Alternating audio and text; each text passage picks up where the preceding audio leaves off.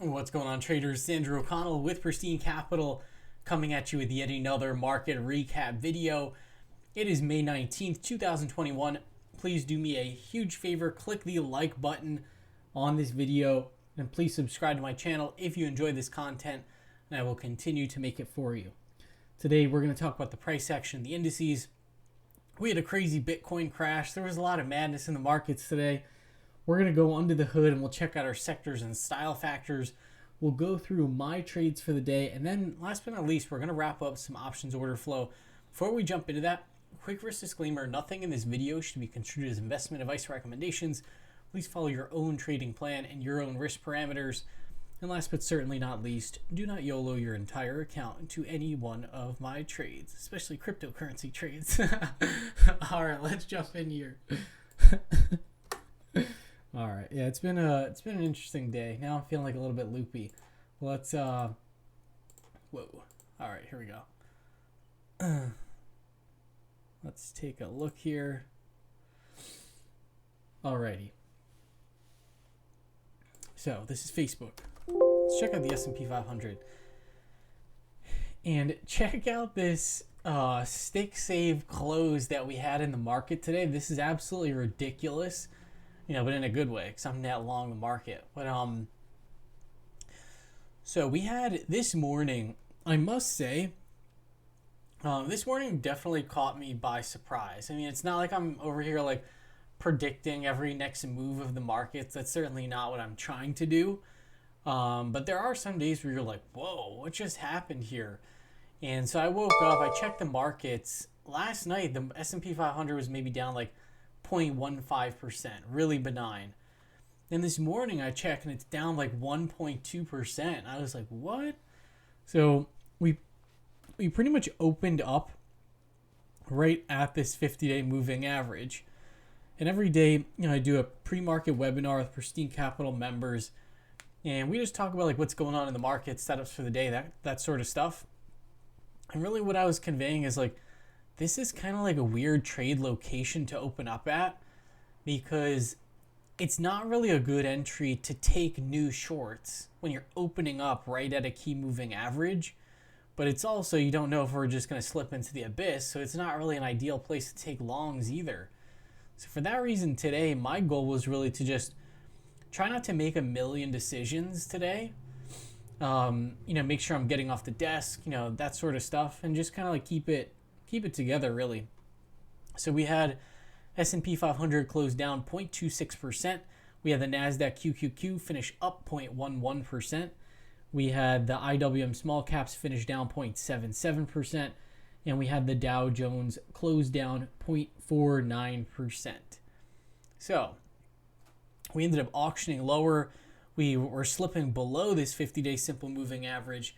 And then we auctioned higher, and now we pretty much closed right at this monthly value area low.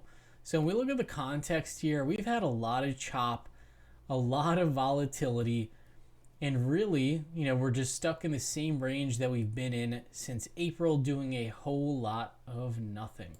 If we look at this hourly chart, you can see we held this weekly value area low, and literally around this candle, this is where I covered a bunch of my shorts right around 10 o'clock a.m. I saw these two big volume bars here, and that sort of told me, hey, there's definitely like someone buying this, or multiple players buying this up. So yeah, really interesting. Let's see what tomorrow brings. Let's very quickly, because I don't want to make this like a 30-minute video again. We'll really quickly go over the NQ. NQ closed down 0.02%, but the QQQ ETF closed up slightly. You can see this looked really dire in the morning. Like when this candle was like a huge red candle and we were down at this 12,952, it looked like, oh my gosh, here it is, just another bounce within a bearish trend, and we might take this next leg lower. This close was definitely a bit reassuring, where okay, now this pattern looks a lot different, where now it just looks like we had a bounce and we've just been consolidating sideways. I'm keeping in mind that this Friday is options expiration. There is a lot of put premium to burn. So I mean, even if we go bullish these next 2 days, that doesn't necessarily mean like, all's well and good, we're out of the woods. During OPEX week, it's really tough to get much signal from anything that you're seeing in the market. But yeah, I'm still glad that it held. I'll take it. And then Russell, very similar pattern. And then the Dow Jones, a little bit different. The Dow Jones is actually still trading within this monthly value area. But yeah, all the patterns on these indices look super wonky. I see people online if they're saying like, yeah, I've just gone to cash and I'm sitting out. And, if that's really what you chose to do or are doing, to me, it makes a lot of sense because this is very choppy. So let's take a look. We'll go into the hood here. Market breadth was very weak today. Although when we opened up for trade, it was like S&P 500 breadth, like 7 advancers, 500 decliners. Like it was at, 3% advancers across the board. We ended up, breadth improved throughout the day, and it flipped positive on the NASDAQ, which is great. Most of my longs at this point are more oriented towards the NASDAQ because I do think that's going to start showing relative strength. For a FinViz heat map, you can see here in the morning this was an absolute bloodbath. There was nothing green. Towards the end of the day, we did see the semiconductors turn green, and these FANG names look like they are starting to turn as well. And I know that was a lot of the reason why I covered most of my shorts, because when those FANG stocks turn green on you and you're short, that is like a recipe for disaster because they can do so much heavy lifting for the indices. So I like that, we got a nice green close for those. But yeah, breadth, it's not like it was good by any means. You can see energy got crushed. A lot of these different areas did. So for sectors, we have gold miners, which are at the top of the list, had a bit of a correction today. Today we also got the Fed meeting minutes, and the big headline that was like spooking everyone into the close was, said we're expecting more discussion of taper into the summer, which the market already sort of knew. Like everyone's been pricing in tapering and all that stuff. So yeah, it was just more uncertainty. Yeah, you can see gold miners took a hit. This actually might be a decent buying opportunity for the gold miners because they are still in our top momentum slot. So I'm going to be looking at that for tomorrow. Some notable areas that were green. So semis flipped green. The solar energy stocks also flipped green, up 3.73%. You can see they're starting to move a little bit higher on our momentum list. So these things should be sticking out in your mind of like the whole market was down, but solar stocks were green. Like that should really stick out. So I'm going to be doing some work in that area tonight as well. And of course, blockchain names, they are on the lowest end of our momentum list. Let's actually pull up really quick. I don't normally do this. Let's take a look at our style factors real quick. Style factors, momentum was the only one that flipped positive, up 0.02%. And then growth was also barely negative, down 0.01%. The areas that really got clubbed were high beta and cyclicals. So this could be a bit of a change where big asset managers, they start going, hey, now everybody's in this reflation trade. And I talked about this earlier during our afternoon session, but typically these big investment managers, they think about things, what's the future going to look like? I want to buy today what'll benefit me later, 3 months down the road, 6 months down the road. So for instance, that reopening trade, oh my gosh, this summer everything is going to be so lit. Like everyone's going to be out. That reopening trade, like think about it. The summer is upon us. It's right here. So like if you're buying reopening trades at this point, shouldn't you have been buying reopening trades 6 months ago, or like when the vaccine was first announced, or that's sort of my thinking, and the price action is kind of confirming that, at least in the short term. I do think that some of these businesses are like, oh my gosh, it's a great reopening play. Like, you only reopen once. Once you're reopened, you're reopened. Then what's the next trade? So I think investors are starting to look to what comes next after we reopen. Before we go into the trades, really quick, I'm just going to pull up Bitcoin. We can't not. Yeah, tagged this 200-day moving average and had a really nice bounce throughout the entire day. Elon Musk pretty much said, like, we haven't sold any of ours. We have diamond hands. And from there, it was off to the races for Bitcoin. But yeah, that was like the theme of the day. This down 30% for Bitcoin was, it was really crazy. All right, so let's jump into some of my trades for today. And what do we have here? Okay, so for common stock trades, I did not do much at all. I just closed out 1/2 of my Applied Materials common shares for $124.46. I had paid $122.24. They are reporting earnings into the close. I actually want to see, did their earnings come out yet?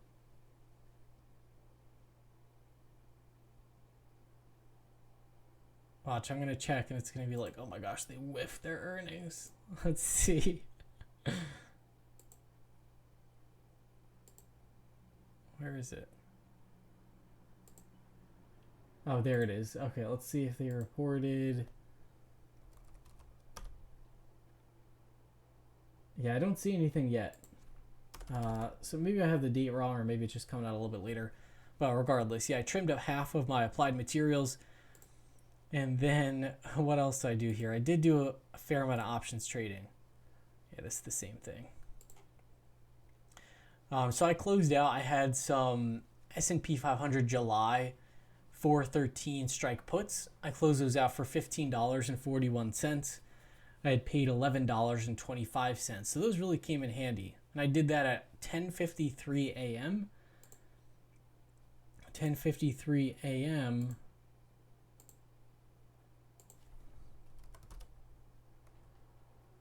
That was, so 9:30. Yeah, 10:53. So around this time, once we made this bottom and I started seeing, more volume coming in, it's around like these candles right here. That was where I closed. And then we ended up just kind of drifting higher. So I was glad that I got that off the books. Yeah, it was a nice winner. I took a Futu 125 by 140 June 18th call spread for $6.05. And then I also, at 11:26, I closed out this one was really cool. I had a put calendar spread on as a hedge. I was long the July 16th 400 strike put. When I established this position, the SPY was at like 425. So at the time it was like S&P 500 is never going to get there. And I was short the May 21st 400 strike put. I closed that out for 940. I had paid 558. So almost a double, pretty good. Then I reestablished that because I always just want to have some sort of hedge on. I reestablished it though, not in the S&P 500. I established it in the small caps, IWM. And I just rolled it out in time. I got the September 17th by June 18th 200 strike put calendar. So this is another one where IWM does not really seem like it could actually get to 200.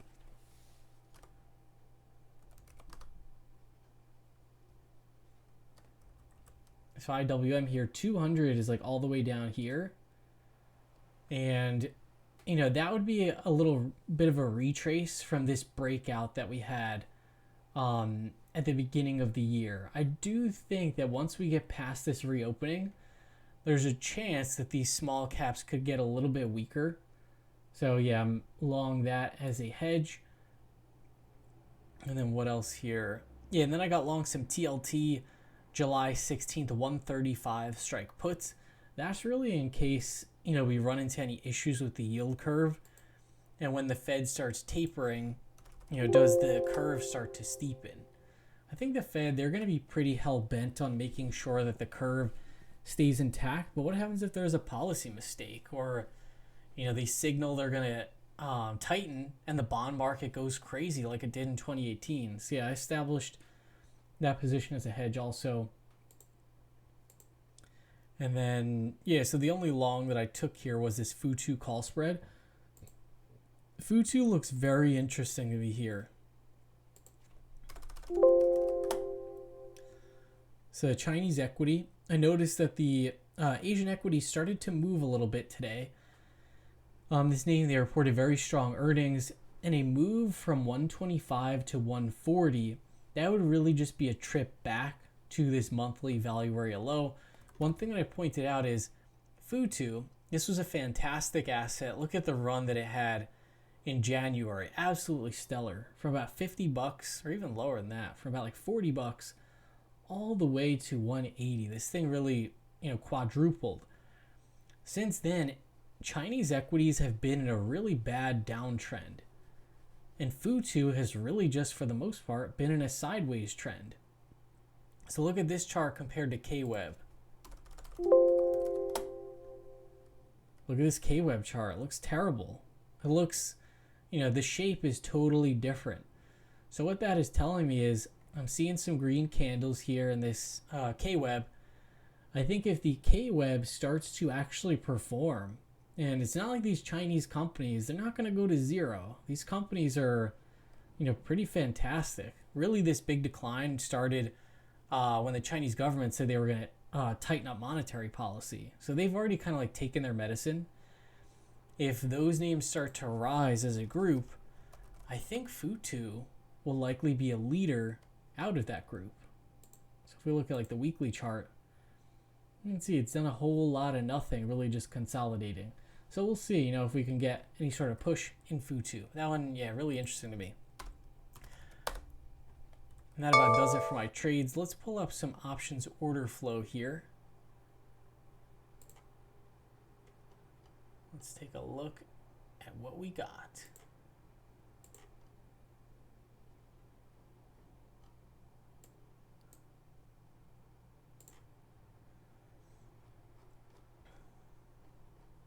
Oh yeah, let me put my filter on.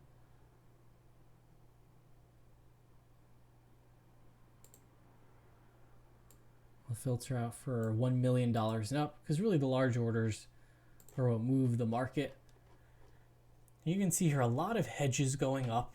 So this definitely looked like some capitulation, some real fear this morning. For sure, like for me, when I saw those cryptocurrencies crashing like that, I was like, what happens if this spills into domestic equities? So yeah, you can see in the morning it was just a whole lot of puts. I see a call order for this gold miner. There's always Tesla activity. Let's take a look at some of these. So somebody was trying to buy the dip in energy. I don't really think that worked out very well today. Let's see, XLE.